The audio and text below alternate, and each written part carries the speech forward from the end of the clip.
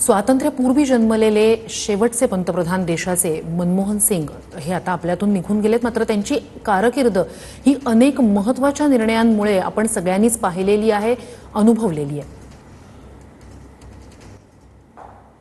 त्यांच्याशी अनेक वर्ष जवळून काम करण्याची संधी मिळाली आणि एक सर्वांना समजून घेणारा, शांतपणे सगळ्यांचं ऐकून घेणारा आणि देशहिताचा निर्णय करणारा एक दृष्टा नेता म्हणून त्यांच्याकडे आम्ही आज पाहतो।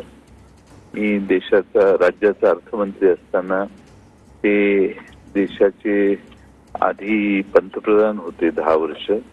त्या सगळ्या काळामध्ये त्यांनी महाराष्ट्राला तर मदत केली, पण महाराष्ट्राच्या मुंबई शहराच्या इन्फ्रास्ट्रक्चरचे प्रश्न, आज जी मुंबईत मेट्रो दिसते त्याची सुरुवात मनमोहन सिंगांच्या शहराच्या सुधारणेच्या योजना त्यांनी आणल्या, त्यातून केली। भारत निर्माण हा कार्यक्रम मनमोहन सिंगांनी देशात आणला आणि शहरांच्या बरोबरच ग्रामीण भागाचा विकास करण्यासाठी त्यांनी प्रचंड मोठी योजना आणली।